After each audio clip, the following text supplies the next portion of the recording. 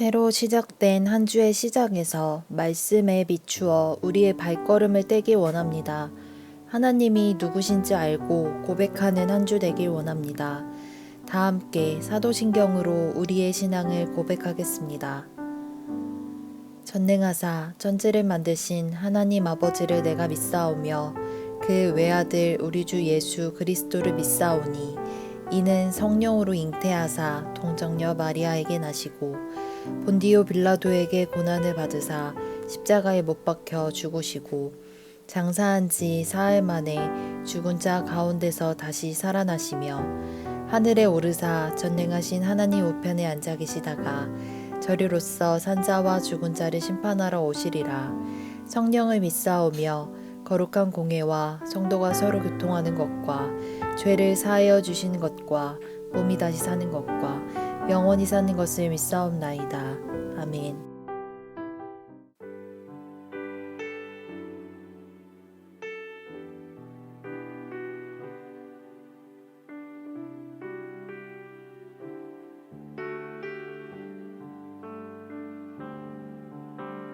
주 나의 모습 보네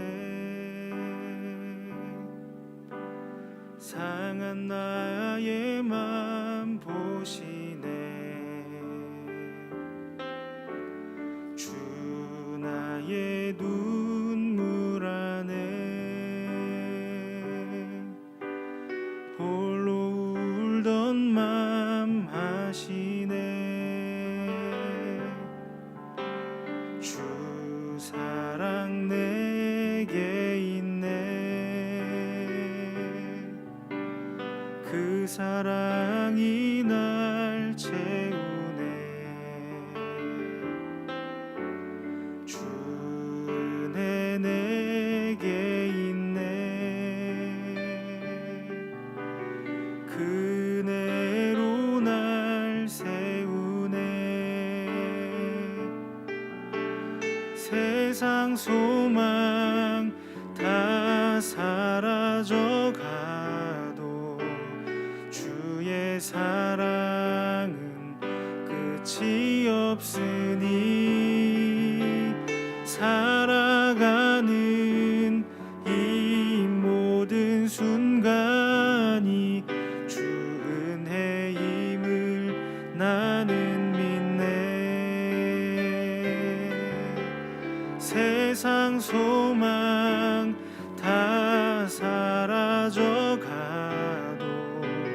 주의 사랑은 끝이 없으니 살아가는 이 모든 순간이 주 은혜임을 나는 믿네.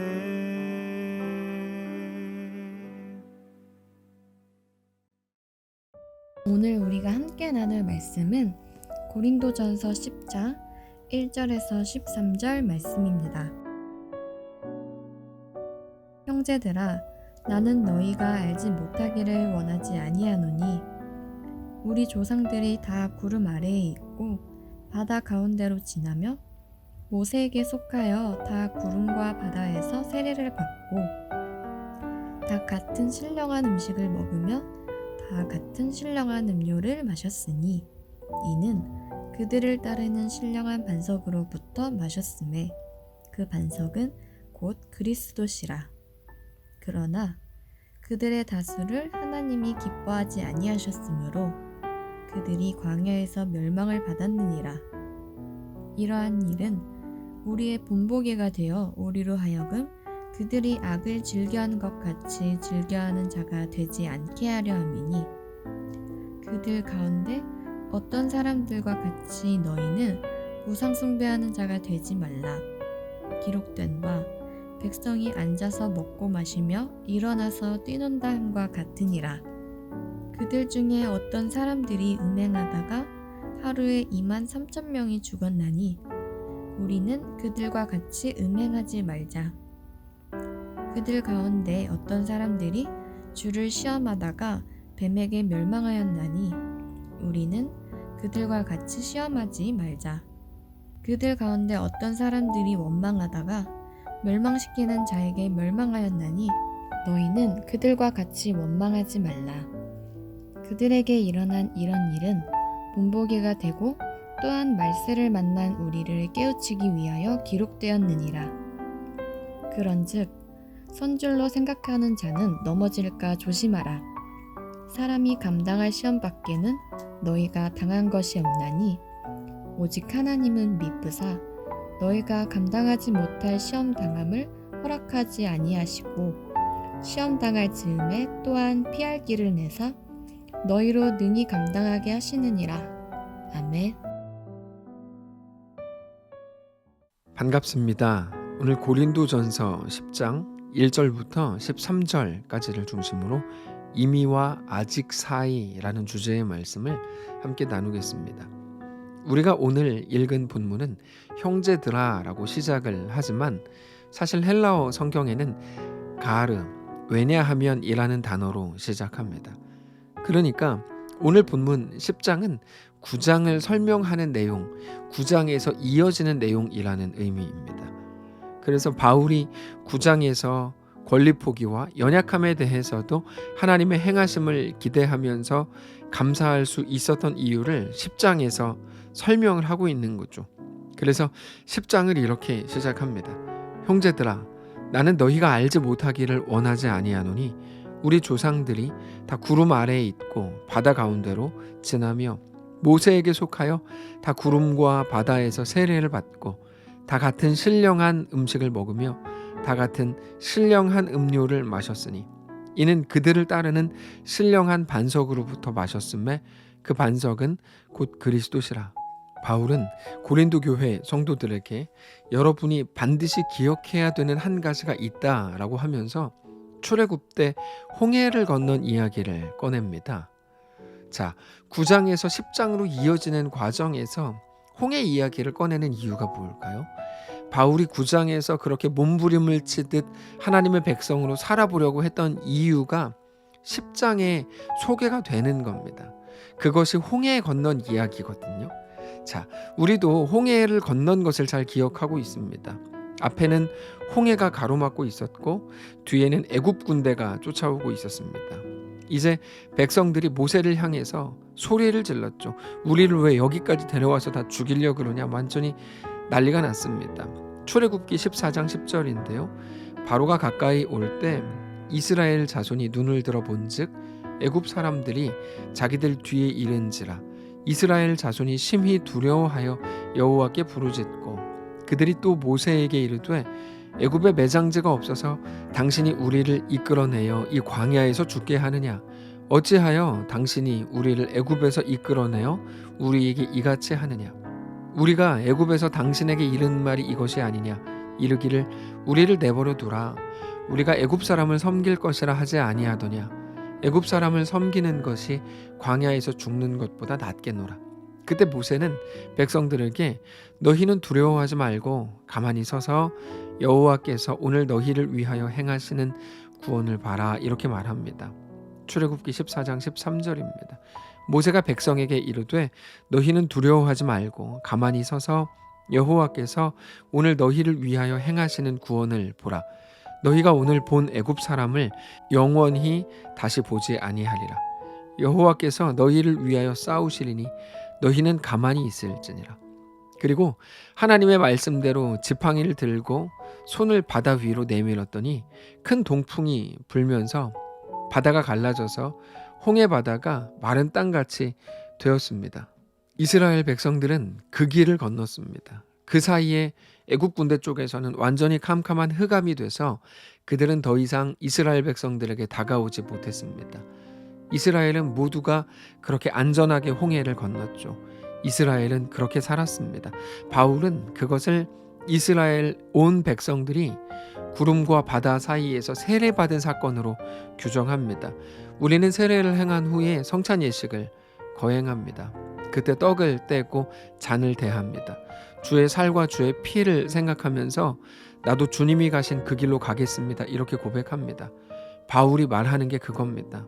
그들은 세례를 받은 자들이라는 것이죠.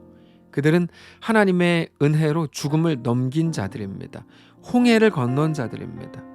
자, 이미 구원이 시작됐다고 할 수 있죠. 그런데 잘 보세요.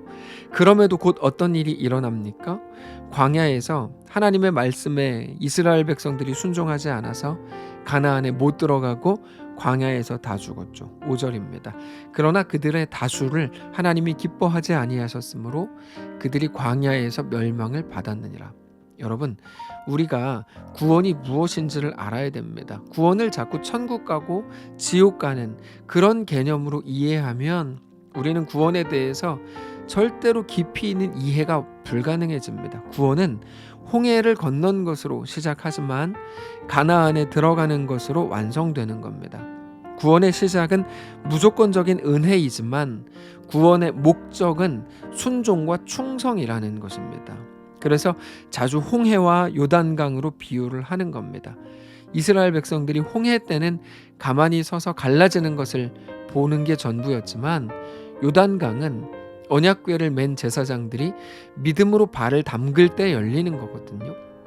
물론 5절에 나오는 그들이 광야에서 멸망받았다라는 말이 그러므로 그들의 구원은 취소됐다라거나 그들은 지옥 갔다 이런 말은 아닐 겁니다. 그러나 최소한 그들은 하나님께서 예정하신 구원에 대해서 완전히 오해하고 있었던 것만큼은 확실합니다. 바울이 그 이야기를 하는 겁니다. 그래서 바울은 광야에서 있었던 몇 가지 사건들을 나열합니다. 6절인데요. 이러한 일은 우리의 본보기가 되어서 우리로 하여금 그들이 악을 즐겨한 것 같이 즐겨하는 자가 되지 않게 하려 함이니 그들 가운데 어떤 사람들과 같이 너희는 우상 숭배하는 자가 되지 말라. 기록된 바 백성이 앉아서 먹고 마시며 일어나서 뛰논다 함과 같으니라. 이거는 금송아지 사건이죠. 그때 그들은 모세가 산에서 내려오는 것이 늦어지자 눈에 보이는 금송아지를 만들어서 이게 여호와다라고 외쳤습니다. 그때 그 사건으로 많은 사람들이 죽게 되죠. 그리고 바울이 소개하는 두 번째 사건은 모압을 지날 때 있었던 간음 사건입니다. 모압의 바알 부올 우상을 섬기는 행위로 인해서 이스라엘 백성들도 23,000명이 죽게 되죠. 동조한 자들입니다. 8절입니다. 그들 중에 어떤 사람들이 음행하다가 하루에 23,000명이 죽었나니 우리는 그들과 같이 음행하지 말자. 그리고 이어서 바울이 이스라엘 백성들이 광야에서 뱀에게 물렸던 일, 모세와 아론을 향해 원망했던 일 등등을 말합니다. 9절입니다. 그들 가운데 어떤 사람들이 주를 시험하다가 뱀에게 멸망하였나니 우리는 그들과 같이 시험하지 말자. 그들 가운데 어떤 사람들이 원망하다가 멸망시키는 자에게 멸망하였나니 너희는 그들과 같이 원망하지 말라. 그런데 그들의 자리가 어떤 자리였습니까? 홍해를 건넌 자들의 자리였습니다. 그러나 아직 가나안으로 들어가지는 못한 자리였죠. 우리 성도들과 똑같은 자리입니다. 하나님의 은혜로 구원이 시작됐지만 아직 우리의 충성으로 완성되지는 않은 자리죠. 그래서 선줄로 생각하는 자는 넘어질까 조심하라 이렇게 말합니다. 12절입니다. 그런즉 선줄로 생각하는 자는 넘어질까 조심하라. 아직 완성된 거 아니니까 완성됐다고 착각하지 말라는 겁니다. 고린도 교회에게 주시는 말씀이죠. 안다고 생각하고 다 된 것처럼 여기는 거 굉장히 위험한 일이다. 하나님의 은혜로 구원 시작된 거 맞다. 그러나 완성된 거 아직 아니다. 구원에는 목적이 있다. 구원에는 도착점, 하나님의 목표점이 있다는 거예요. 이스라엘 백성들이 홍해를 건넜습니다. 그런데 그게 구원의 끝은 아니었습니다. 가나안으로 들어가는 사람들이 되는 건데 가나안으로 들어가려면 하나님의 말씀에 순종해서 요단강에 발을 담궈야 되는 거죠. 그렇게 하나님의 다스림을 받는 자가 되는 거, 하나님의 온전한 백성이 되는 거, 그렇게 온전한 충성과 순종의 사람이 되는 것이 그들에게 대한 하나님의 구원의 완성입니다. 예수님께서 기도하신 것처럼 하나님의 뜻이 하늘에서 이루어진 것처럼 이 땅 우리의 삶에도 하나님의 뜻이 이루어지기를 원하는 겁니다. 우리에게 하나님의 뜻이 이루어진다는 게 어떤 의미일까요? 우리가 온전한 충성의 사람이 돼서 하나님의 다스리심을 받는 겁니다. 어제 주일에 말씀을 드린 것처럼 자기 주장과 자기 욕망으로 꽉 차 있는 것을 멈추고 이제는 하나님 앞에 온전히 엎드리는 자가 되는 겁니다. 그런데 나는 여기 있으니, 나는 홍해를 건넜으니, 나는 이제 됐다, 나는 다 이루었다 라고 생각하는 것은 아주 잘못 생각하는 것이라는 말입니다. 사랑하는 성도 여러분, 오늘 우리의 위치가 어디입니까? 이미 시작됐지만 아직 완성되지 않은 자리가 우리의 자리입니다. 하나님께서 우리들에게 무엇을 말씀하시는지, 우리는 성도로서 이 땅을 어떻게 살아내야 할지를 깊이 고민하시기 바랍니다. 물론 우리는 하나님의 무조건적인 은혜로 구원을 받았습니다. 정확히 말하면 우리의 구원은 분명히 시작됐습니다. 그러나 그게 끝이 아닙니다. 이제 하나님의 백성이 되셔야 됩니다. 하나님께 충성하셔야 됩니다. 눈에 보이는 것이 전부라고 여겼던 모든 삶을 멈추셔야 하고 하나님의 온전한 백성으로 그 좁은 길로 걸어 들어가셔야 합니다. 하나님의 다스리심 앞에 온전히 엎드리는 자가 되어야 합니다. 그게 우리의 자리입니다. 그래서 바울이 9장에서 그렇게 성도의 삶을 하나님 앞에서 살아내기 위해 몸부림쳤다는 거죠. 오늘의 모든 순간이 하나님의 백성으로 세워지는 또 하나의 과정인 것을 알기 때문입니다. 그러므로 사랑하는 성도 여러분, 오늘 우리도 우리가 있는 그 모든 자리에서 온전한 하나님의 백성이 되기를 바라고, 하나님 앞에 온전히 엎드리는 거룩한 주의 성도들로 그렇게 담대하게 하나님의 말씀을 붙들고 담대하게 하나님과 함께 우리의 삶으로 걸어 들어가는 거룩한 주의 성도들이시기를 바랍니다. 기도하겠습니다. 살아계신 하나님, 감사합니다. 우리의 생각과 마음을 주께 올려드립니다. 주님 맡아주시기를 원합니다. 구원이 분명히 시작됐지만, 하나님의 은혜로 시작됐지만, 이제 우리의 충성으로 마무리 짓는 사랑하는 모든 성도들 다 되게 하옵소서. 하나님, 우리가 다 이루었다고 스스로 여기지 않게 하시고 우리 자리가 어디인지 깊이 생각하게 하옵소서. 이미와 아직 사이에 있는 것을 기억하면서 긴장하면서 하나님의 백성들 오늘 하루를 또 넉넉하게 살아내는 사랑하는 모든 성도들 다 되게 하옵소서. 감사드리며 살아계신 예수님의 이름으로 기도합니다. 아멘. 사랑하는 성도 여러분, 하나님께서 오늘 하루를, 이번 한 주를 또 우리에게 허락하셨습니다. 오늘 말씀을 붙들고 우리 삶의 모든 현장 속에서 하나님께 충성하고 주의 말씀 앞에 온전히 엎드리는 자들로, 다만 주의 역사하심을 기대하면서 담대하고 넉넉하게 그 길을 걸어 들어가는 사랑하는 모든 성도들 다 되실 수 있기를 축복합니다.